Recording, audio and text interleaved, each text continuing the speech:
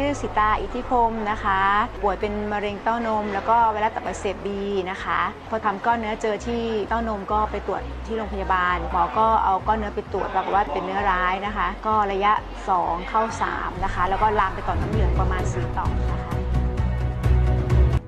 ก็รักษาตามอาการก็คือหมอบอกว่าต้องให้คีโมครั้งใหญ่4ครั้งแล้วก็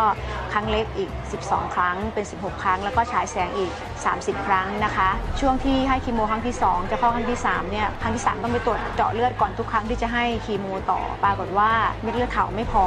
ทุกครั้งแรกครั้ง2ก็กลับไปกินไข่ขาวไปอะไรหมอบอกอย่างนี้นะคะให้กินอาหารให้ครบแล้วก็เร่งเลือดขาวแต่ครั้งที่3นี่หนักหน่อยก็คือคงเกิดจากอาการที่เรา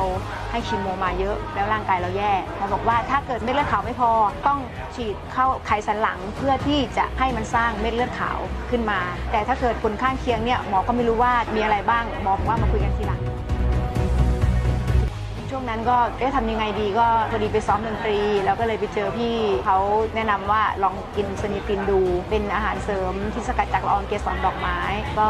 ลองทานดูเขาบอกว่าให้กิน1อาทิตย์ก่อนพอดีจะไปตรวจเลือดอีก1อาทิตย์อัดเลยเช้ากลางวันเย็นนะคะก็กินเสร็จปุ๊บก็ไปตรวจเลือดหมอก็งงว่าอุ้ยเม็ดเลือดขาวขึ้นมาได้ยังไงขึ้นมาเยอะมากแบบจากที่ไม่เคยเป็นมาก่อนแล้วค่าตับค่าไตเราก็ดีขึ้นจากที่เป็นไวรัสตับอักเสบบีนะคะเพราะว่าเราโดนคีโมเนี่ยค่าตับเราก็แย่อยู่แล้วใช่ไหมคะพอกินเสร็จปุ๊บก็ให้คีโมได้พอให้คีโมเสร็จปุ๊บเนี่ยเราก็กลับมาทำงานได้ช่วงให้คีโมครั้งแรกครั้งที่2เนี่ยเราไม่ได้ทานซนิตินเนี่ยเราแ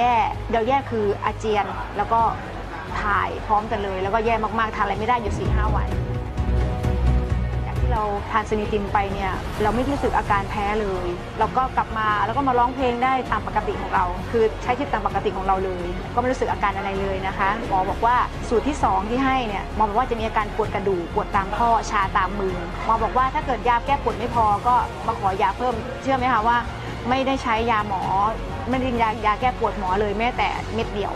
ก็พอรักษา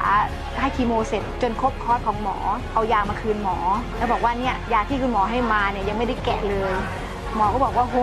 ไม่ได้กินยาหมอเลยเหรออะไรประมาณนี้นะคะแล้วก็ช่วงที่หลังจากนั้นก็มาฉายแสงต่อเอฟเฟกต์จากการฉายแสงเนี่ยหมอก็จะเรียกเรามาคุยเขาบอกว่าจะมีฝ้าเกิดที่ปอดเพราะว่าเราเป็นที่เต้านมผลข้างเคียงก็คือปอดจะเป็นฝ้าจะมีอาการไอ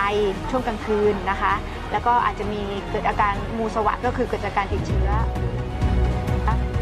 ที่เราฉายแสงครบทั้งหมด30ครั้งไม่มีอาการไอเลยแม้แต่ครั้งเดียวไม่มีสักแอะเลยนะคะแล้วก็ไม่มีอาการงูสวัสด์ซึ่งคนที่รักษาอยู่ในเคสเดียวของคุณหมอ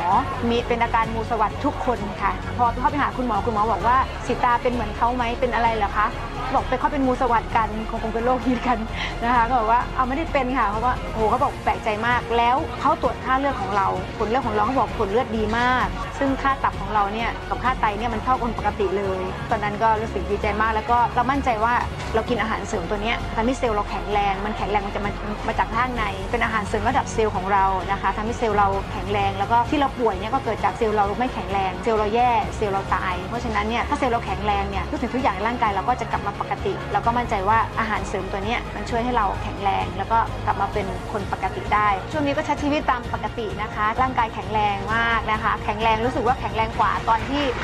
เราจะป่วยด้วยซ้ำนะคะทานข้าวได้โอ้โหทานข้าวได้เยอะมากนะคะแล้วก็ถ้าเกิดไม่เจอผลิตภัณฑ์ซนิตินนะคะก็คงจะตายไปแล้วมั้ง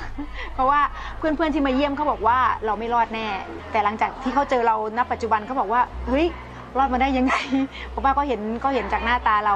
พอเจอซนิตินแล้วก็ทำให้เราแข็งแรงขึ้นทำให้เรากลายเป็นปกติแล้วก็แข็งแรงกว่าปกติด้วยซ้ำนะคะซนิตินคือคำตอบของคนรักสุขภาพ